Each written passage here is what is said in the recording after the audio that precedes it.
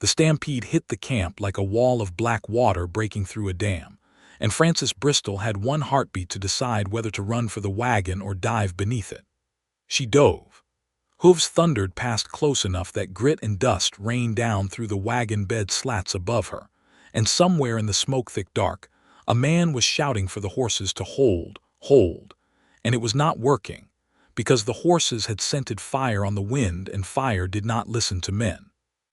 Frances pressed her cheek to the cold ground and prayed the wagon wheels held their footing, and when the worst of the herd had passed, when the earth stopped shaking beneath her ribs, she crawled out into a camp that no longer existed as a camp. The supply wagon lay tipped on its side. The picket line was gone, the horses scattered into the smoke toward the ridge, and half the mules that had been driving cattle out ahead of the larkspur fire were nowhere to be found. She could hear men calling to one another across the dark, voices swallowed fast by wind and distance, and none of the voices were close. She got to her feet, coughing, and found she was alone, not entirely alone. A shape moved near what had been the fire pit, low and careful, checking a horse that had gone down in the tangle of a picket rope. Frances knew the shape before she knew the face, because she had spent a whole winter learning the particular way this man moved without wasted motion, though she had never once, in all those months, seen him do it in daylight, close enough to touch. "Mr. Underwood," she said, and her voice cracked from the smoke. Harvey Underwood turned, and even in the low orange light thrown by the distant fire line on the ridge, she saw the relief go through him like a held breath finally let out. "Mrs. Bristol, are you hurt?" "No, you." "No." He finished freeing the frightened horse, a bay gelding that belonged to one of the drovers, and it scrambled up and bolted after the others before he could catch the lead again. He swore under his breath, low, in a mix of English and Spanish that Frances only half followed, and then seemed to remember himself and looked at her with something like apology. "Forgive me. You may curse all you like, Mr. Underwood. I believe the occasion calls for it."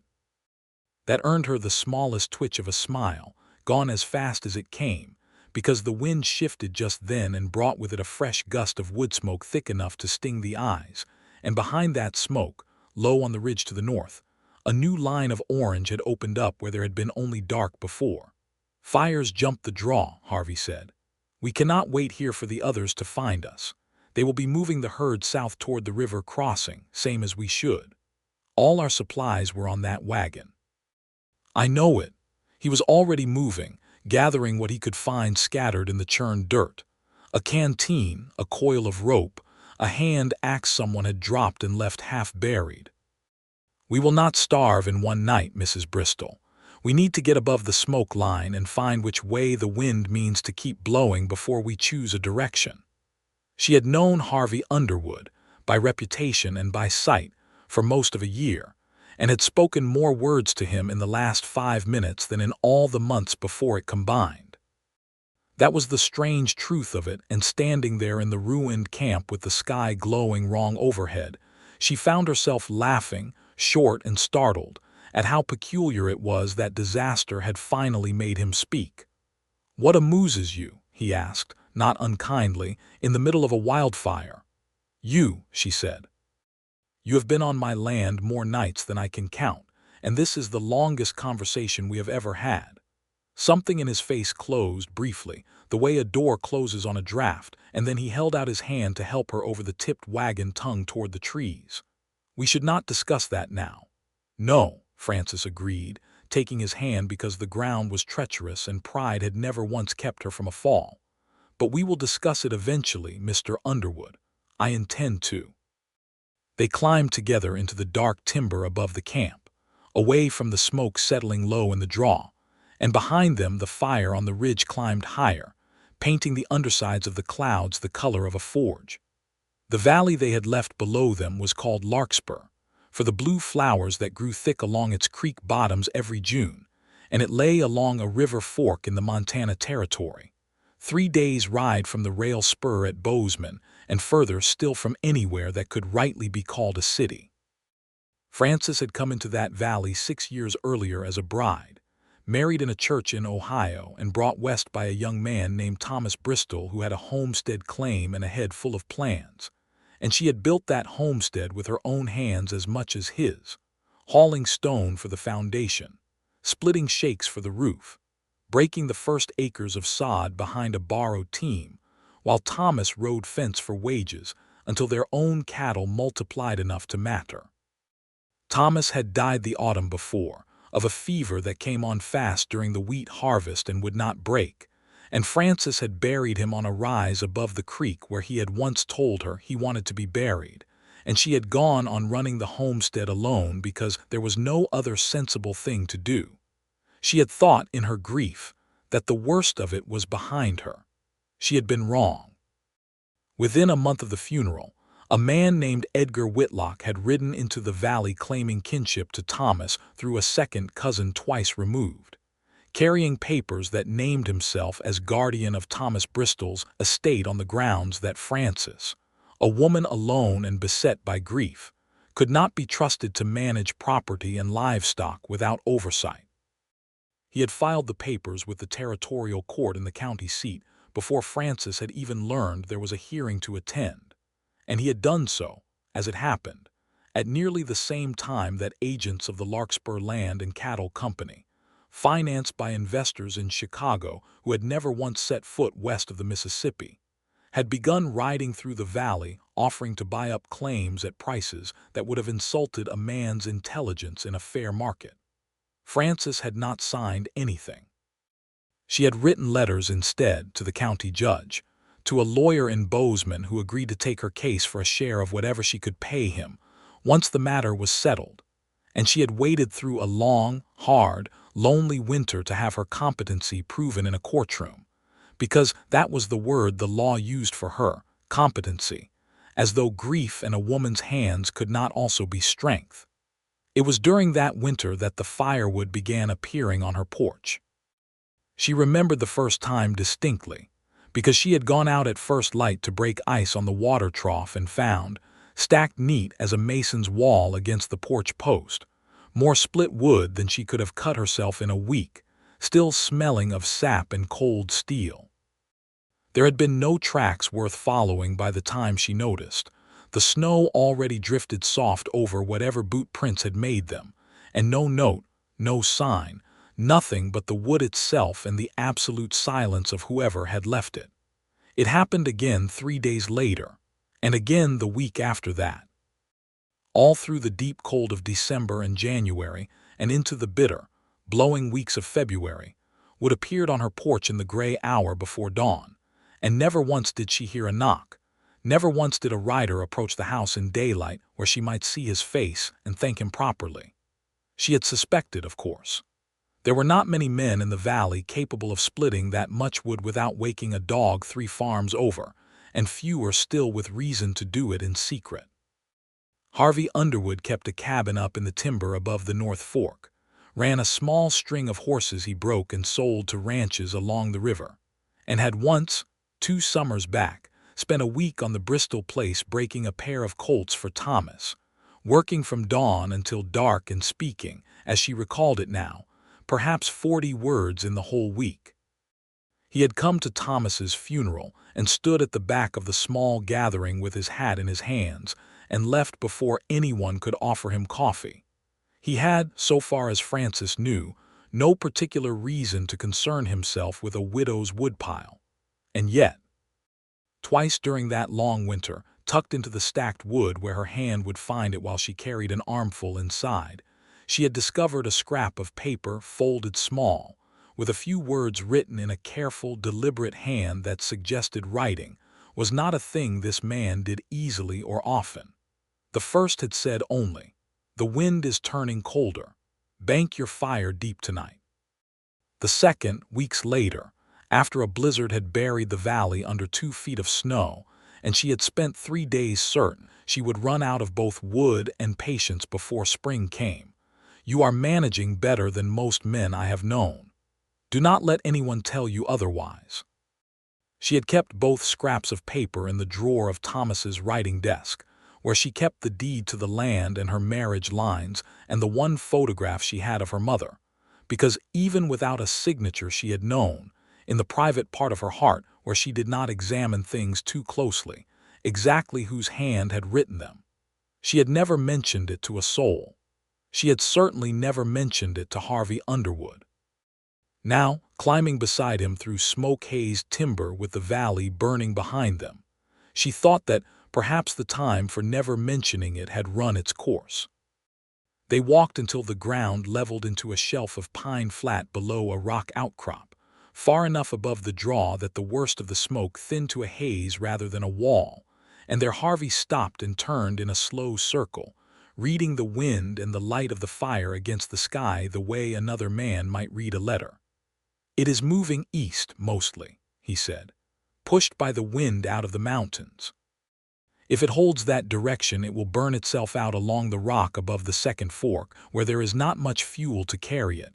But wind changes its mind in country like this. We should not trust it. Where are the others? South, I hope, toward the river. If Delgado kept his head, and I believe he did, he will have pushed the herd across the ford by now and made camp on the far side, out of the smoke." He crouched and began building a small fire of his own from what dry needles he could find, sheltered by the outcrop, and Frances noted, with a strange small warmth she did not examine too closely, that his hands did the work without hesitation even in near dark, the way hers did when she milked a cow or mended harness, a competence so complete it did not need to announce itself. "You are certain it is safe to have a fire with all of that burning below us?" "Safer than freezing once the sun goes, and the smoke keeps the heat from settling. This is a small fire in rock with nothing dry enough near it to carry a spark. I have done this before, Mrs. Bristol." He glanced up at her, and in the small orange light his eyes were dark and steady.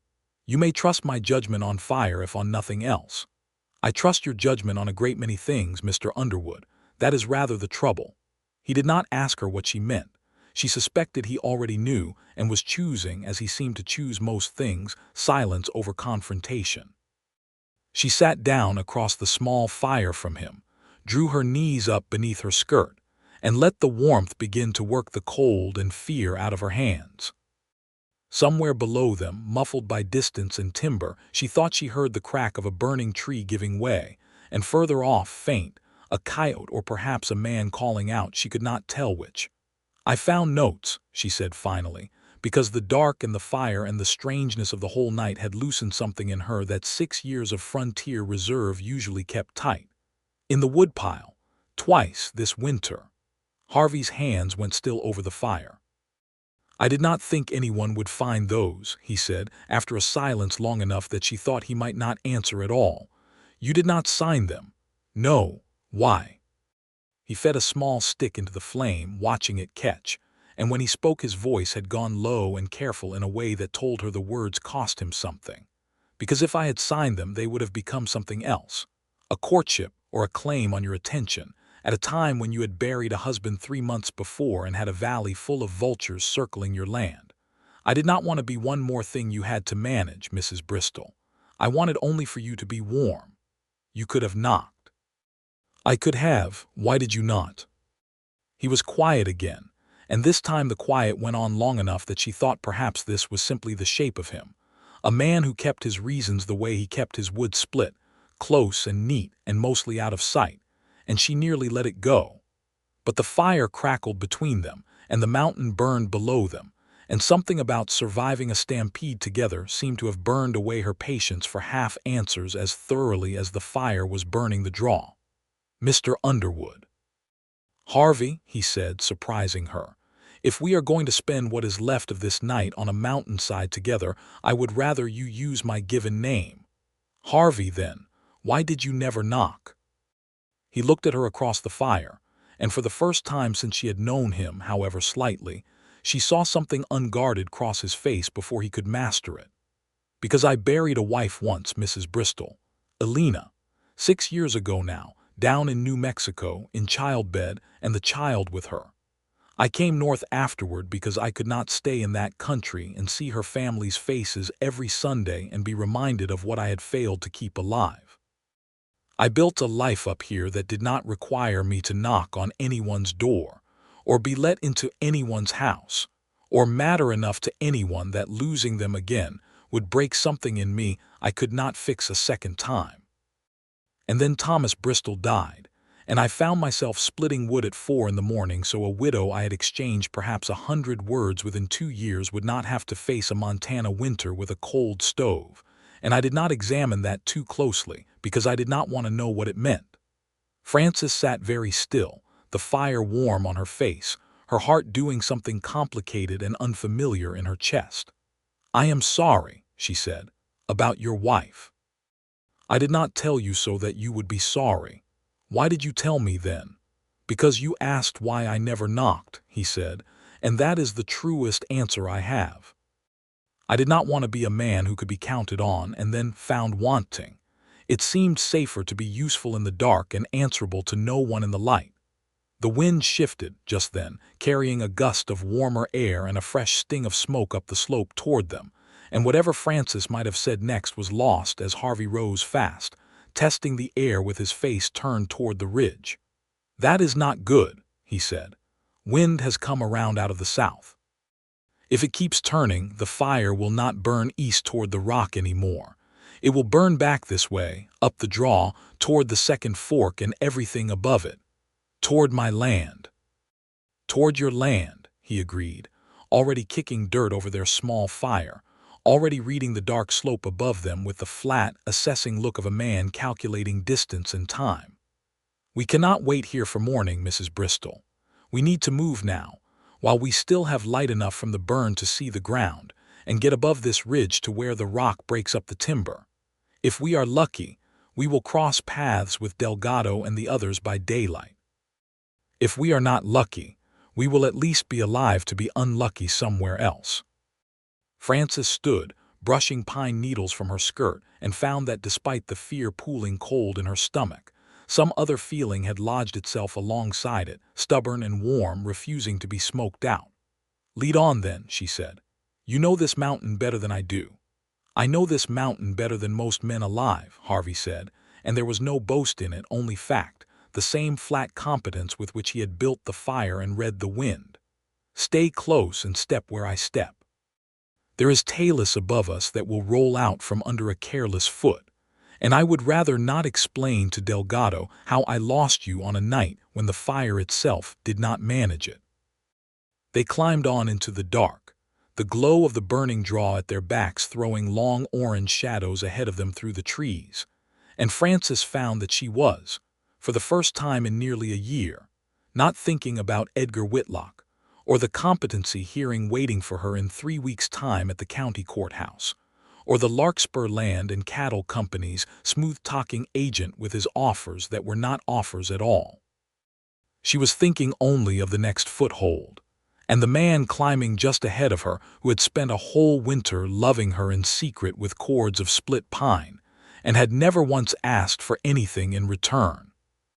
It took them the better part of 2 days to work their way down out of the high timber, and along the river to the place where the herd and the rest of the drovers had made camp, delayed twice by fresh smoke rolling down side draws, and once by a genuine scare when a black bear, driven from its usual range by the fire, crossed their path close enough that Harvey had put himself between the animal and Frances without seeming to think about it at all. They found the camp on the second evening, the men worn thin with worry over the missing wagon and its 2 lost souls, and there was a rough, relieved sort of joy in the reunion, Delgado clapping Harvey on the shoulder hard enough to stagger him, one of the younger drovers pressing a tin cup of coffee into Frances's hands before she had even finished dismounting from the borrowed horse Harvey had caught for her along the way. But the joy did not last long, because word had traveled with a rider from the county seat even faster than the fire had traveled through the draw, and the word was this: Edgar Whitlock had moved the competency hearing up. Rather than 3 weeks' time, it would be held in 6 days at the courthouse in Larkspur Crossing, and if Frances Bristol did not appear, the judge would be asked to rule in her absence. 6 days, Frances said, staring at the messenger, a boy of perhaps 16 who looked as though he wished very much to be anywhere else. The hearing was set for the 12th. Judge moved it up, ma'am. Mr. Whitlock's lawyer argued the fire made it urgent, on account of decisions needing to be made about the property before the whole valley burns down around it. Judge agreed. Frances felt the ground shift under her in a way the stampede had not managed, and beside her she felt Harvey go very still, the particular stillness of a man deciding something important without yet saying so aloud. 6 days is not enough time to ride to Bozeman and back for my lawyer, and reach the courthouse besides, she said, mostly to herself, already doing the arithmetic of distance and daylight in her head, the way she did every arithmetic of survival on that homestead. It is enough time, Harvey said, if we do not waste any of it. I said I would see you safely off that mountain, Mrs. Bristol, and I do not consider the matter closed simply because we have reached a herd of cattle. Whitlock and his land company friends have been circling this valley since before the fire started, and I do not think that is entirely a coincidence. I mean to see this hearing through beside you, if you will allow it. Frances looked at him for a long moment, the firelight from the camp catching the tired, resolute lines of his face, and thought of 100 nights of wood stacked neat against her porch post by a man who had never once asked to be thanked. I will allow it, she said. I would be glad of it, in fact. Delgado, listening with the frank interest of a man who had known Harvey Underwood for a decade, and had never once seen him volunteer for anything involving a courthouse, raised an eyebrow but said nothing beyond arranging for 2 of the better horses to be spared from the herd, and a small store of supplies to be packed for the ride south. They set out the following morning, before the sun had fully cleared the smoke haze still hanging low over the valley, riding hard for the first stretch along the river trail before it climbed away from the water and into a country of red rock canyons that offered the fastest route toward Larkspur Crossing, but also, as Harvey pointed out more than once, the least forgiving ground if anything went wrong. It was on the 2nd day of that ride, with perhaps 30 miles still between them and the courthouse, that something did. They had stopped to water the horses at a narrow spring where the canyon walls pinched close on either side, a place Harvey had used before and trusted, when the first shot cracked off the rock above them, close enough that Frances felt the wind of it pass her ear before she understood what the sound had even been. Down, Harvey said, already moving, already pulling her from the saddle and behind the shelter of a boulder as a second shot kicked dust from the ground where she had been standing a breath before. Stay low, who, I do not know, and it does not matter right now. He had his rifle out, scanning the rim of the canyon above them where a thin drift of dust betrayed the position of at least one rider working his way along the rock. 3, maybe 4 men from the sound of it, positioned above, which means they knew this canyon and knew we would have to pass through it. That is not luck, Mrs. Bristol. Someone told them which road we would take. A third shot rang out, and this time a voice came with it, carrying flat and hard off the rock walls. Bristol. You come out with your hands where we can see them, and the woman rides back the way she came, and nobody gets hurt worse than a scare. They know your name, Frances said. They know my name because Whitlock's man Kane has been asking around the valley about who I am for 2 weeks, Harvey said grimly. I should have thought of that sooner. Get behind the horses, keep low, and do not come out no matter what they shout down at us. He returned fire once, not to hit anything, Frances understood, but to buy them room to think, and in the ringing quiet after the shot he studied the canyon walls with the same flat, assessing look he had given the mountainside 2 nights before. There, he said, almost to himself, nodding toward a narrow cleft in the rock on the far side of the spring, half hidden behind a tangle of chokecherry brush. That is a game trail. Goats use it, and elk, when the water is low enough to cross here on foot. It climbs up through the rock in a switchback too tight and too steep for a man to follow on horseback, and comes out above the rim nearly a half-mile east of where those riders are sitting. They do not know this canyon, or they would not have set their ambush here, where a man on foot can walk clean out from under them. You want us to leave the horses. "I want us to live," Harvey said. "We can send men back for the horses once we are safe. Can you climb in that skirt?" Frances looked down at the practical wool skirt she had worn every day for 6 years of frontier work, hemmed shorter than fashion in Ohio would ever have allowed, and felt something close to a laugh rise up through the fear. "I split my own firewood for 6 years, Mr. Underwood. I can climb a rock." "Harvey," he corrected, and there was, even now, even with bullets somewhere above them, the faintest warmth in it. "Harvey," she agreed. They went low and fast across the open ground near the spring, drawing one more shot that missed wide as the riders above adjusted to a target no longer where they expected it. And then they were into the brush and the narrow cleft of rock, climbing hand over hand up a trail that was barely a trail at all, more a suggestion of passable ground between boulders, switching back on itself so sharply that Frances lost all sense of which direction led back toward the ambush and which led away from it. Harvey went first where the footing was worst, turning back more than once to brace her hand or her boot over a gap, and though her arms burned and her breath came ragged in the thin dry air, she did not once ask him to slow down, because slowing down was not a thing the situation allowed. They came out above the rim into a stand of stunted juniper just as the sound of shouting drifted up from below, confused and angry, men realizing their quarry had vanished from a canyon they had thought sealed tight. "They will search the spring first," Harvey said quietly, catching his breath with his back against a boulder, "and it will take them time to work out where we went, because most riders do not think to look for a trail no wider than a deer's shoulder. We have some time. Not much, but some. They have our horses. They have 2 horses and no riders, which does them very little good against a woman with a homestead to save and a man who has walked further than this on worse ground." He looked at her, and something in his face had shifted since the canyon, gone sharper, more decided. "I am sorry I did not see this coming, Frances." It was the first time he had used her given name, and it landed in her chest with more force than she expected, given everything else that had happened that day. "You could not have known," she said. "None of us could have known Whitlock would send armed men after a widow riding to her own hearing. I should have known Kane's kind of man does not stop at unfair contracts when unfair contracts fail to work fast enough." He shook his head, disgusted with himself, and pushed off from the boulder. "We will walk.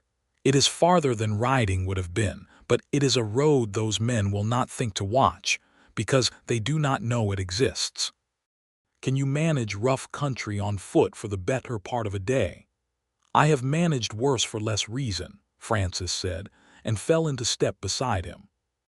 They walked through the heat of that afternoon along a route that existed mostly in Harvey's memory, drawn from years of running horses through country, most men considered impassable, skirting the rim of the canyon at a distance safe from watching eyes, cutting through a saddle between 2 low peaks that brought them, by late afternoon, down into a fold of land Frances did not recognize, but that Harvey named without hesitation as Cottonwood Draw, 3 miles yet from the main road but blessedly clear of gunmen.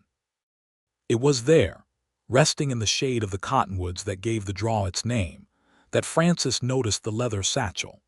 It lay half hidden under a fallen branch near the base of a tree, water-stained and clearly dropped rather than placed, and when Harvey worked it open with the careful patience of a man checking for a trap before he checked for treasure, they found inside a bundle of papers that made both of their hearts, for very different reasons, begin to race.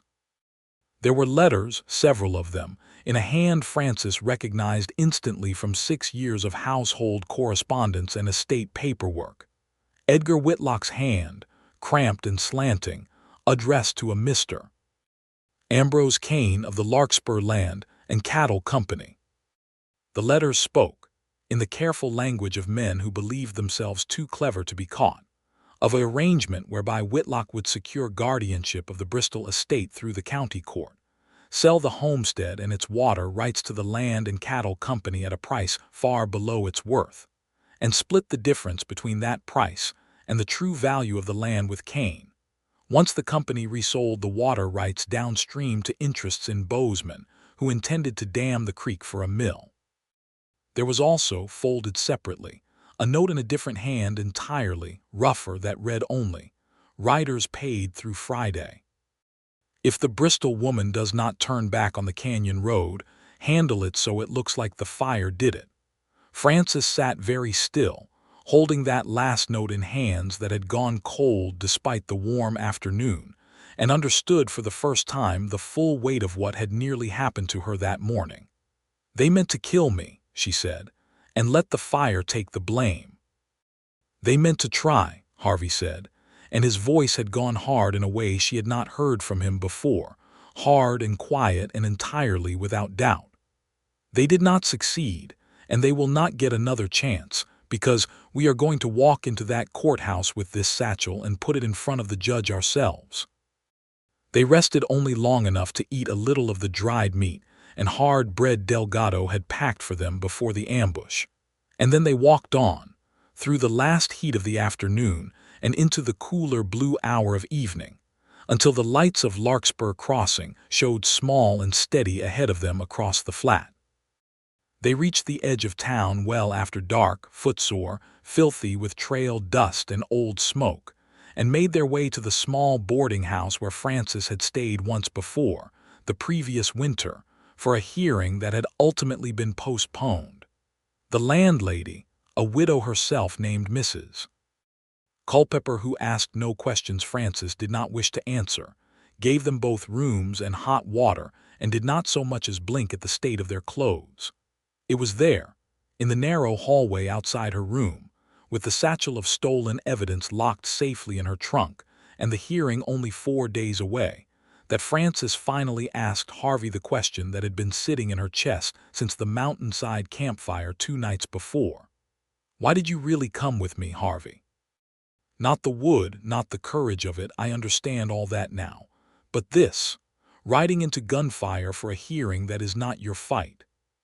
He stood in the low lamplight of the hallway, hat in his hands the same way he had held it at Thomas's funeral, and for a long moment she thought he might retreat into silence the way he had for so many months. "Because I have spent 3 years telling myself that loving no one was safer than losing someone again," he said finally, "and I have discovered, somewhere on that mountain or in that canyon, I'm no longer certain I believe it. I do not know how to court a woman properly, Frances.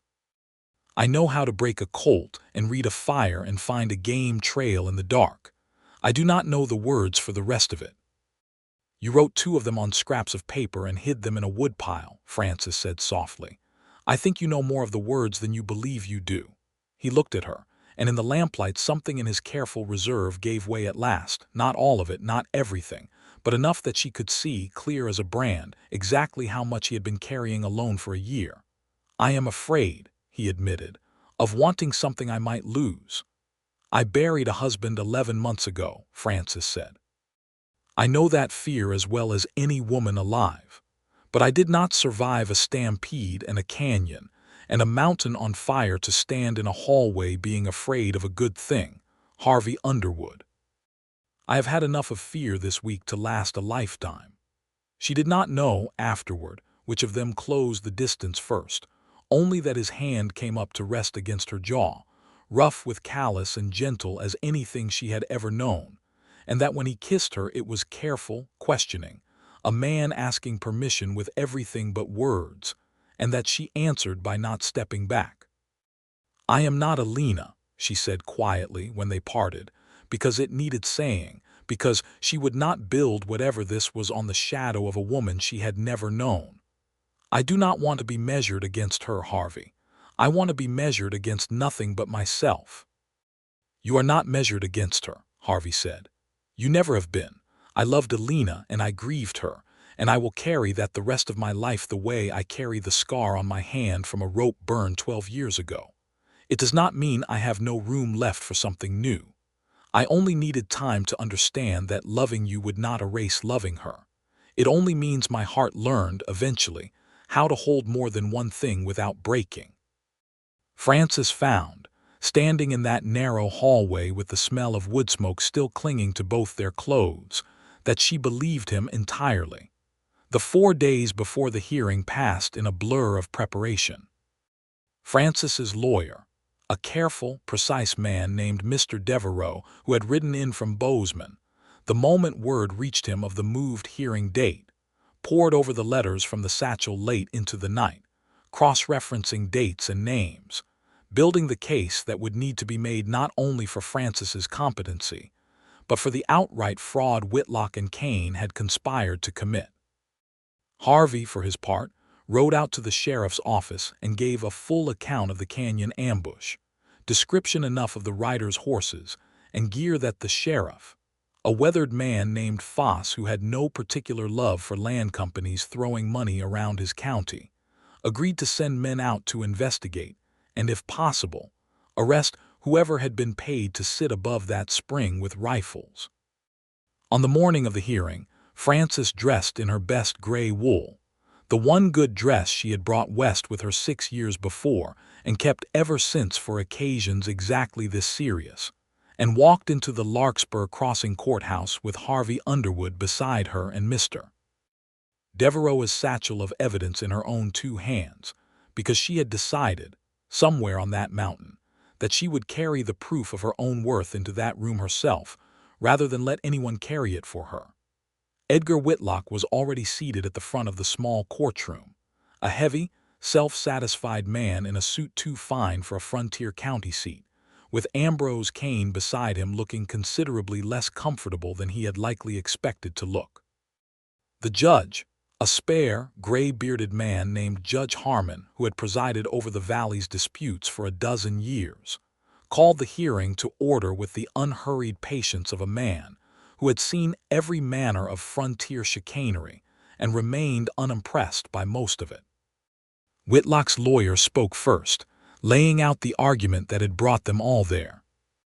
That Frances Bristol, a widow of not yet 30 years, alone on a remote homestead, prone to what he termed nervous excitability following her husband's sudden death, could not reasonably be trusted to manage several thousand acres of land, water rights and livestock without a guardian steady hand, and that Edgar Whitlock, as the nearest available male relation, stood ready to serve in that capacity out of nothing but family duty. Frances listened to the whole performance with her hands folded tight in her lap and her jaw set, and when Mr. Devereaux rose to speak for her, she felt Harvey's hand find hers beneath the low wooden rail that separated them from the gallery, steady and warm and entirely unremarked upon.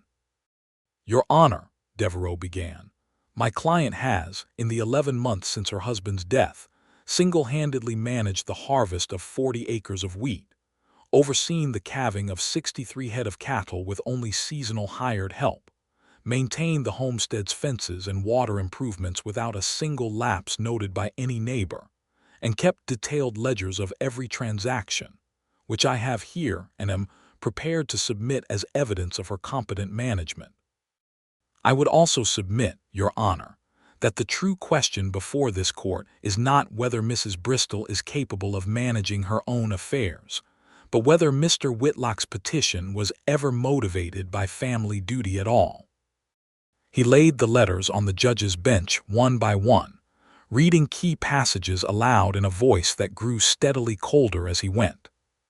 The arrangement to undervalue and sell the land, the split of profits with Kane, the plan to resell water rights to mill interests downstream, and finally the note, damning in its plainness, instructing hired men to ensure that Frances Bristol did not reach this very courtroom, and to make certain any harm done to her looked like the work of the fire burning through the valley rather than the work of men. The courtroom had gone entirely silent by the time he finished. Whitlock's face had drained of its earlier confidence, gone gray and slack, and Kane would not meet anyone's eyes at all. "Mr. Whitlock," Judge Harmon said, in a voice that had lost every trace of its earlier patience, "you will want to explain to me, in very careful detail, how a letter describing an arrangement to have this woman killed and blamed on a wildfire came to be found by the very woman you claim is too fragile to be trusted with a checkbook." Whitlock had no good answer. He stammered something about the letters being forged, about Kane acting without his knowledge, about a misunderstanding, and none of it held together for longer than a minute under Judge Harmon's flat, unimpressed questioning. Sheriff Foss, who had ridden out that very morning to the canyon and found, exactly where Harvey had described, evidence of a camp used by riders whose descriptions matched two men already known to have been paid odd jobs by Ambrose Kane in the past, was called forward to confirm as much. And by the time the morning session broke for the noon recess, it was clear to everyone in that courtroom which way the wind was blowing. The hearing resumed that afternoon only long enough for Judge Harmon to deliver his ruling. He dismissed Whitlock's petition for guardianship in its entirety, declaring Frances Bristol fully and unquestionably competent to manage her own estate, and ordered both Whitlock and Kane held over for the county attorney to consider charges of fraud and conspiracy, with the attempted ambush to be investigated separately by the sheriff's office as a matter potentially rising to attempted murder. The Larkspur Land and Cattle Company's local agent, thoroughly disgraced and facing the prospect of his employer's investors learning exactly how their money had been spent, packed his belongings and left Larkspur Crossing on the evening stage, and word would reach the valley within the month that the company itself, unwilling to have its name further associated with the scandal, had quietly abandoned its efforts to acquire land in that particular stretch of the territory altogether. Frances Bristol walked out of that courthouse a free woman in every sense that mattered, her land secure, her name cleared of any question of incompetence, and her hand, without her quite planning it, tucked firmly into the crook of Harvey Underwood's arm. "You did that," Harvey said, as they stood together on the courthouse steps in the bright, clean afternoon light, the smoke from the valley fire finally beginning to thin as clouds gathered gray and heavy over the western mountains, promising at last the rain that would end the fire season. "You stood up in that room and you did that yourself." "We did it," Frances said. "You found the satchel. You got us out of that canyon. You have been holding this valley together with split firewood since before I even knew your name was the one to thank." "I only left the wood," Harvey said quietly. "You left more than wood, Harvey." She turned to face him fully, there on the courthouse steps with half the town still filing out around them, and found she no longer cared who saw. "You left proof, all winter, that I was worth caring for even when I could not see past my own grief to notice it. I saw it eventually. I am asking you now plainly, since you seem disinclined to ask things plainly yourself, will you come home with me? Not to leave wood on my porch in secret, to knock on the door and come inside and stay." Harvey Underwood, who had ridden through a stampede and a canyon ambush without so much as a tremor in his hands, looked, for just a moment, genuinely unsteadied by the question. "I would like nothing better in this world," he said finally, "than to knock on your door, Frances Bristol. I only ask that you let me knock properly once, the way I should have done from the very first night." They rode back to the valley together over the following days, taking the longer, safer road along the river now that there was no reason left to hurry through dangerous canyons, and found the valley scarred in places by the fire but far from destroyed, the rain that had gathered over the western peaks finally breaking loose in a long, soaking storm that put out the last stubborn burn along the second fork, and left the whole country smelling of wet ash and new green beneath it. The particular clean smell of a hard season finally ending. The Bristol homestead had survived untouched, the fire having turned east before it reached that far down the valley, and Frances stood in her own dooryard for a long moment simply breathing in the sight of it, the house she and Thomas had built together, the barn, the porch where a winter's worth of secret kindness had been stacked in the dark. That evening, as the last light went gold and then gray over the ridge, there came a knock at her door. Frances knew, before she even crossed the room to answer it, exactly who would be standing there, but she found her heart racing all the same, the way it had not raced over a knock at a door in longer than she cared to admit. Harvey stood on the porch with his hat in his hands and a fresh split of firewood balanced against the post beside him, though the evening was mild enough that no fire was strictly needed. "I brought wood," he said a little sheepishly, "out of old habit, but I thought this time I would knock first and let you decide whether you wanted it." Frances laughed, warm and unguarded, and opened the door wider. "Harvey Underwood, I believe I have wanted that wood, and the man bringing it, for a great deal longer than either of us has been willing to say aloud." He came inside at last, into the house he had helped warm from a distance for a whole hard winter, and they sat together at the kitchen table, while the rain gentled outside into a soft, steady patter against the roof, the kind of rain that soaked deep into ground gone dry from months of drought and fire, the kind of rain the whole valley had been praying for. "I want to say something to you," Harvey said, after they had talked a long while of small things, of the herd Delgado had gotten safely across the river, of Sheriff Foss's certainty that Whitlock would see real consequences for what he had done, of the Larkspur Land and Cattle Company's quiet, humiliated withdrawal from the valley. "I have been turning it over since the courthouse, and I find I cannot wait any longer to say it properly." Frances set down her coffee cup and gave him her full attention, the way she had learned, over these past hard weeks, that he deserved. "I am not a man who makes promises lightly," he said. "I made one to Alina once that I would love her all my days, and I meant it, and losing her did not undo it. It only taught me how much a promise like that can cost. I did not think I would ever want to make another one. But I have watched you stand up to a fraud and a fire and men with rifles this month, Frances, and I have loved you, I think, since long before I understood what I was doing every time I split another cord of wood in the dark rather than knock on your door and risk you saying no. I am not asking you to marry me tonight, because I think we have both had enough of hurried decisions to last a good while yet. But I am asking you to let me love you properly in the daylight, where anyone in this valley can see it, for as long as you will have me."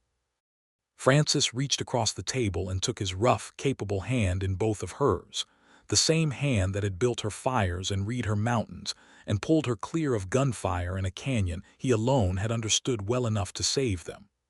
"I will have you," she said, "for as long as you will have me in return. And I think, Harvey, that when the time is right and not one moment before, I would be glad to stand before whatever preacher this valley can find and make it official. But tonight I only want this. You in my kitchen, with the door unlocked and the wood already inside where it belongs." He smiled then, fully, the rare, unguarded smile she had seen only glimpses of before, and outside the rain kept falling steady and generous over Larkspur Valley, washing the last of the smoke from the sky, and Frances Bristol thought, sitting there with her hand in his, that she had never in her life felt so entirely, so safely, so completely home. They sat together long into that evening, and when at last the fire in her hearth burned low, Harvey rose without being asked and fed it from the split wood he had carried in from the porch, and Frances watched him do it, and understood that this small act, repeated 100 times in secret through the hardest winter of her life, had been love all along, plain and unspoken and entirely without condition, and that she would spend the rest of her days grateful he had finally found the courage to knock. In the weeks that followed, the valley began to heal in the way frontier country always did, stubborn and green beneath the ash, new grass pushing up along the burned draws before the first snow of the coming winter could even threaten. Whitlock stood trial before the county court that autumn and was convicted of fraud, stripped of any claim on the Bristol estate, and sentenced to a term in the territorial prison that satisfied even Judge Harmon's exacting sense of justice. Ambrose Kane, facing his own charges and the fury of investors who had learned exactly how their money had been squandered on bribes and hired guns, disappeared east and was never heard from in Larkspur Valley again. The land and cattle company's holdings in the valley were sold off piecemeal to homesteaders who had feared, only months before, that they would lose everything to a fire and a fraud working in tandem. Harvey moved his small string of horses down from his cabin in the high timber that same autumn, not all at once, and not without a good deal of teasing from Delgado and the other drovers who had watched him keep his own careful counsel for years, and could hardly believe the change that had come over him. But steadily, over the turning of the season, until his presence on the Bristol homestead became as much a fixture as the porch itself. He built a proper wood shed that winter, with Frances working alongside him more often than not, and though he still liked, some mornings, to split more wood than the day strictly required, he never again left it without knocking first, and Frances never again woke to find him gone before she could thank him properly. On a clear evening in early spring, with the last of the winter's snow finally melting off the high ridges and the creek running loud and full below the house, Harvey led Frances out to the porch where it had all begun. And there, with no preacher and no witnesses but the mountains themselves, he took her hand and made her a promise that needed no court, no license, no ceremony to be entirely, irrevocably real. "I promise you," he said, "that I will knock on every door I ever come to in your life, Frances, and wait to be let in, because you have taught me that love asked for honestly is worth more than any love given in secret, however well-meant the secret was. I promise you my hands, for whatever work this valley demands of us. I promise you my heart, which I did not think I had left whole enough to give, until you showed me it had simply been waiting for the right door." Frances, standing on the porch where a winter's worth of kindness had once arrived silent in the dark, and where now stood a man who had learned at last to arrive in the light, made him a promise of her own. "I promise you," she said, "that I will never ask you to be anything but exactly what you are, careful and quiet and steady as this land itself. I promise you a home that is as much yours as mine, not because I need rescuing, but because I choose you, with my eyes open and my hands free, the same way I chose to fight for this valley. I promise you that whatever comes, fire or fraud or hard winter, you will never again have to face it alone in the dark, because I intend to be standing right beside you in the daylight for the rest of our days." They stood together on that porch a long while, watching the last light fade gold over the mountains that had nearly killed them both and had instead, in the strange and generous way of that hard, beautiful country, given them to each other. And when the evening cooled and the first stars came out over Larkspur Valley, they went inside together into a home finally, fully, and forever shared.